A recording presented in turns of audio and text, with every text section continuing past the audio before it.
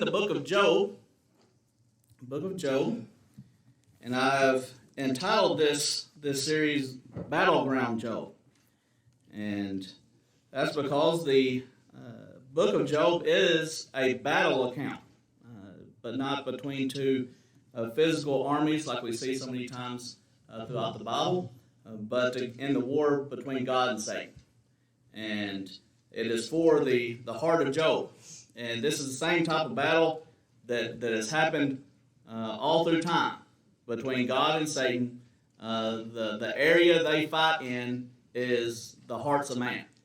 And that's what we see in the book of Job. Now, there are several other lessons and themes that we see in the book of Job, but that is the main thing that we're going to look at as we read through it.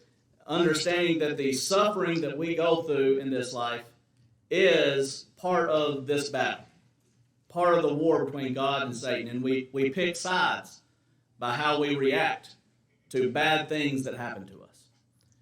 And so we look at the outline of the book. In the first 5 verses, we have a survey of the battlefield. We are introduced to Job and what type of man he is, and why there's a battle that wages within him. From verse 6 of chapter 1 through chapter 2, verse 10, we see Satan's initial attack on Job, along with Job's initial response to it. In chapter 2, verse 11 through chapter 37, verse 24, at the end of that chapter, we see Job and Satan's allies. This ongoing conversation that happens between Job and his 3 friends that come to visit him, and along with the younger man Elihu that comes with them. And it may be harsh to refer to the friends as Satan's allies, but that's who they become. Even though they're sincere, I believe, and trying to comfort Job and trying to talk to him, they say the wrong thing. Their ideas about God are not correct.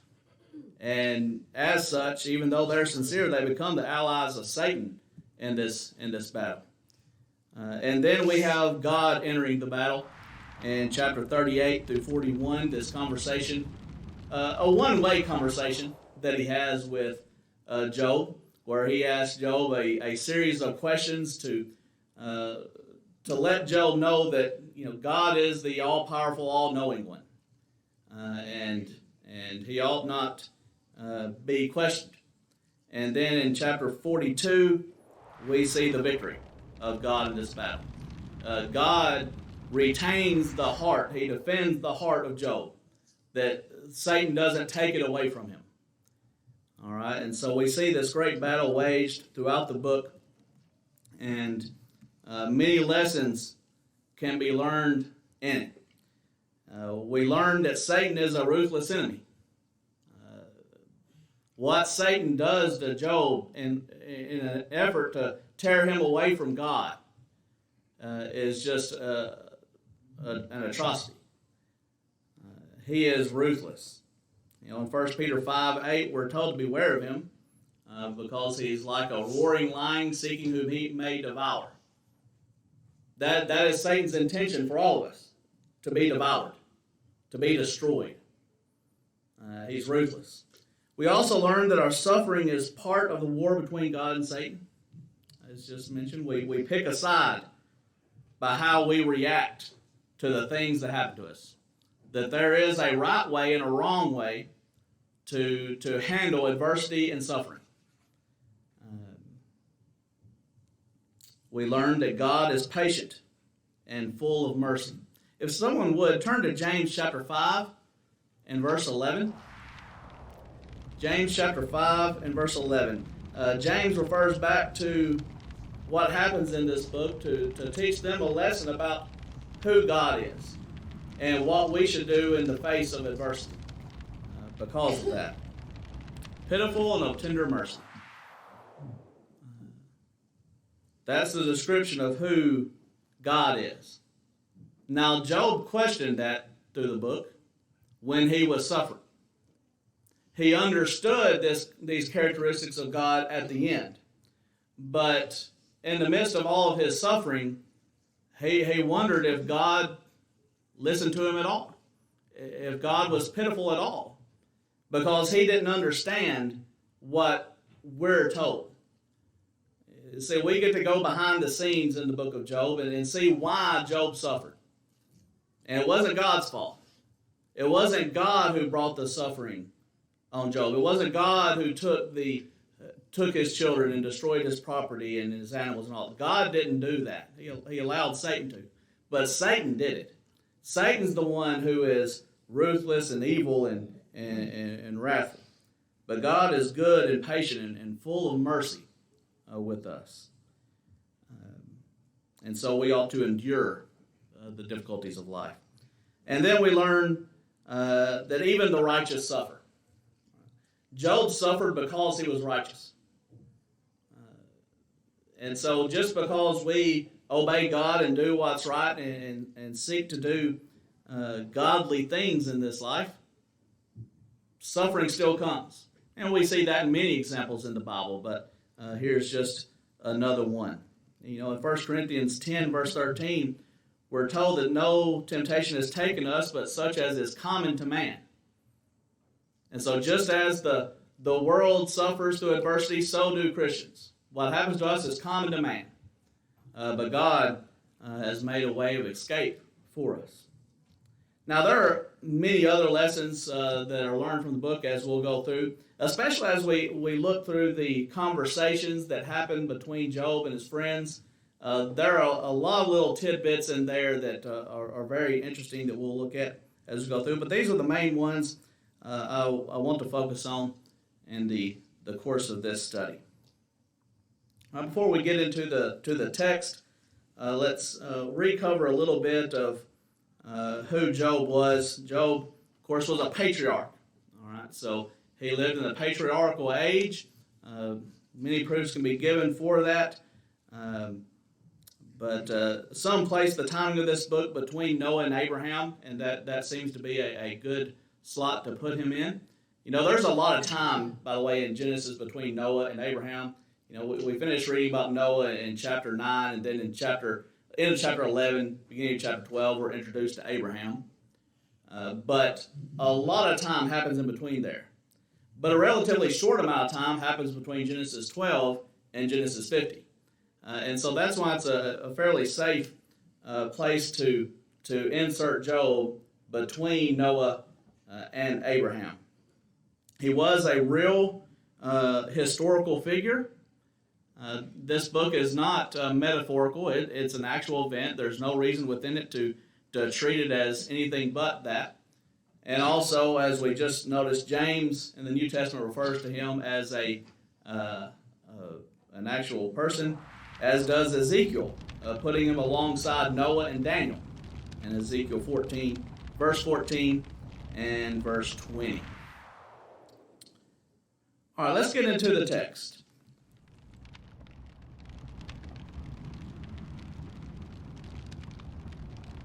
In the land of Uz, next week or the next, whenever we get to the friends, we'll discuss where Uz is, because their locations sort of triangulate where Uz actually is. So we'll talk about that then. But here's this man. He is described as perfect, upright, one that fears God and eschews evil. This is the description that we all should strive for.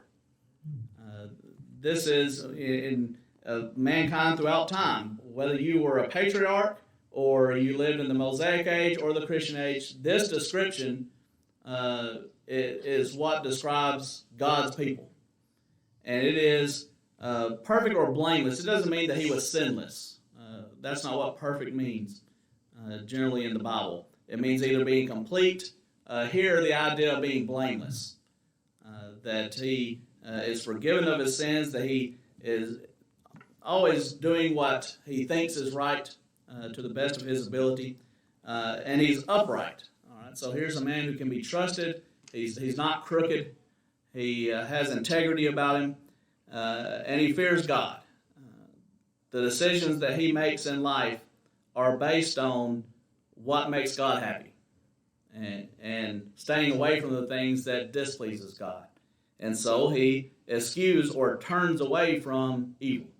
So he sees evil down this path, he goes down this path instead. That's the idea behind eschewing evil, is that you are staying away from it. You're turning aside from evil. And what a description of this man, and telling us, setting up for us that this suffering that he's going to go through is not because he is a sinner or a bad person. He did not bring this suffering upon himself. That's going to be the charge of his friends, and they do it out of sincerity. They don't know any better. They think in their minds that all suffering is because of your own personal sin, but that's not the case here.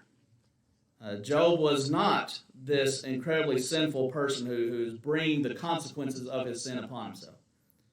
All right, he is in a relationship with God, and God is not punishing him for sin through this suffering.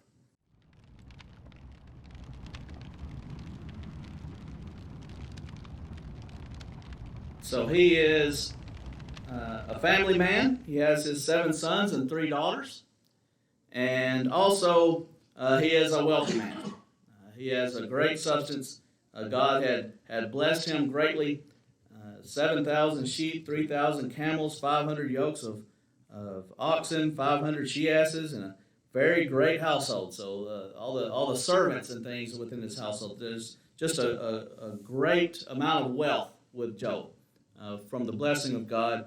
And then this statement about him, he's the greatest of all the men of the East. The greatest, the most noble. He's the one that everybody looked up to. So what a great man Job is, both in his service to God, but also in his just in his life and the prestige that he had among the people of the land.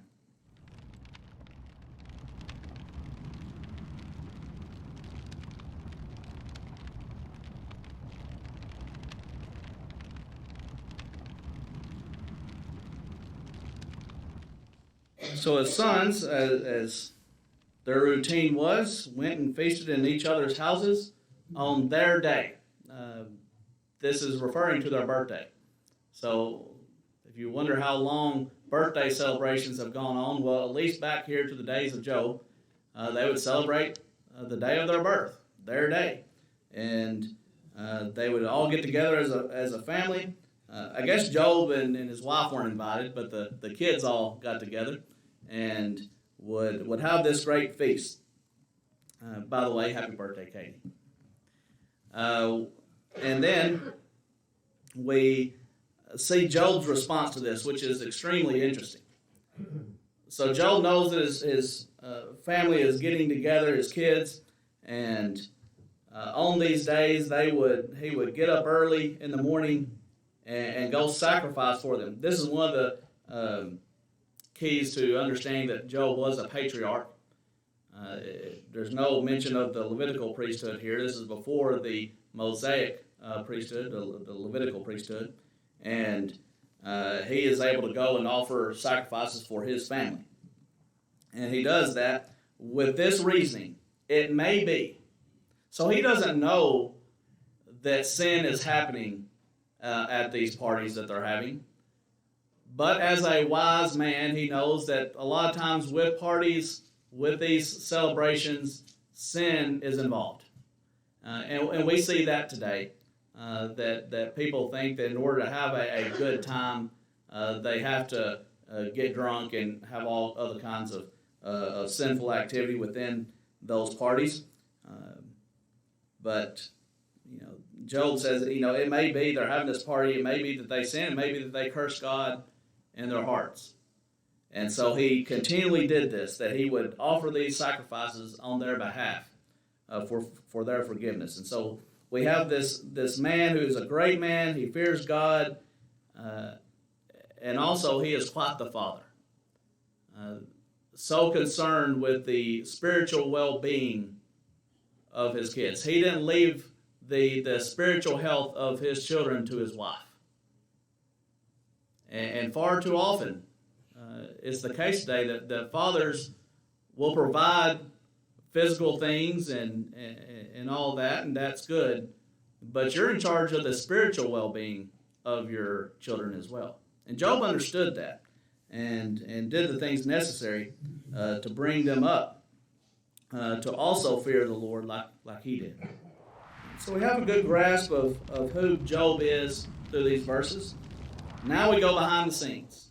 All right, for a moment we leave earth and go up to the throne of God and see what happens and why these things happen to Job.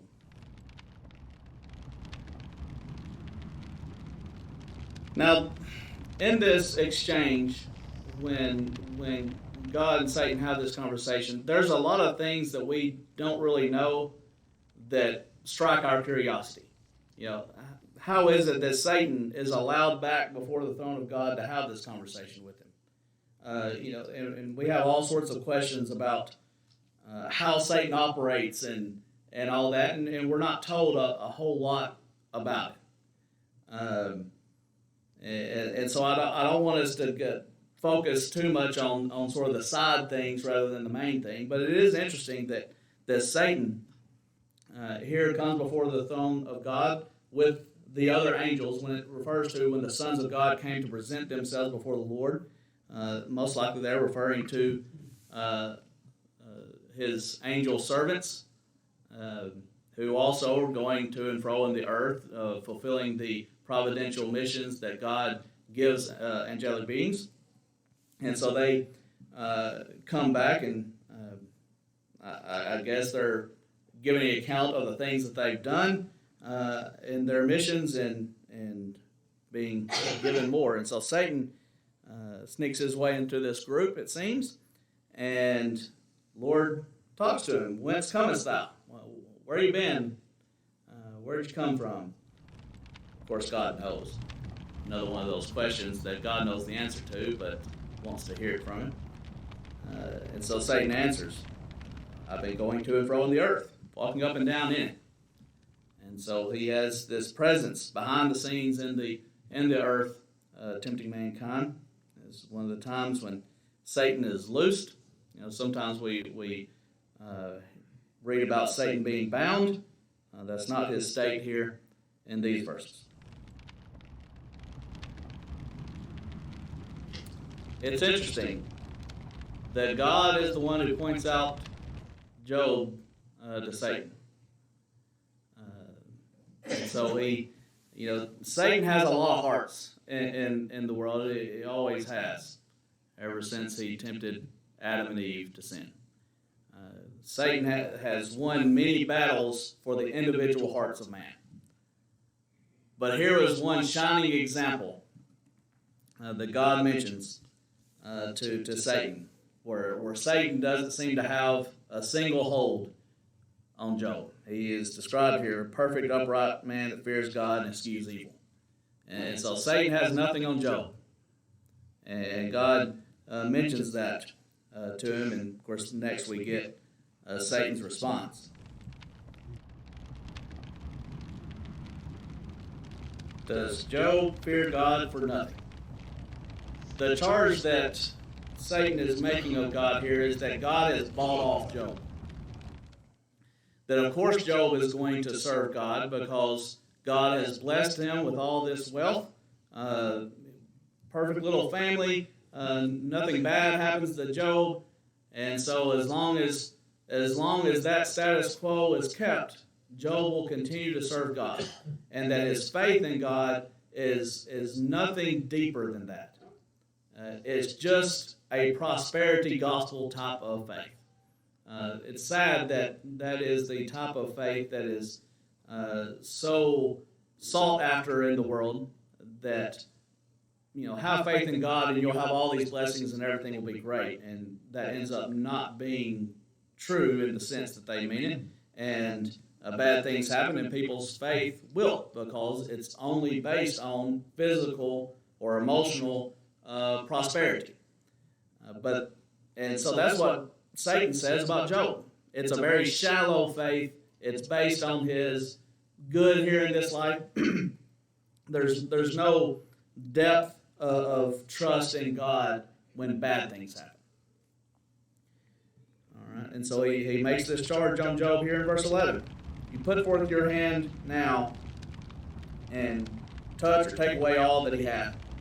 Affect all that, and he'll curse you to your face. This man that you have so much glory in, that fears you and eschews evil and is perfect and upright, that will all change if you just reach out and touch all that he has.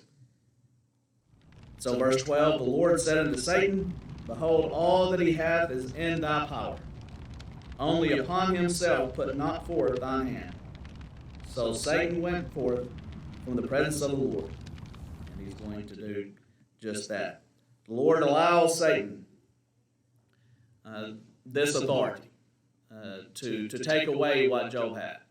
Understand that God is allowing this to happen. It's not God that's directly taking everything from Job, but he does allow it.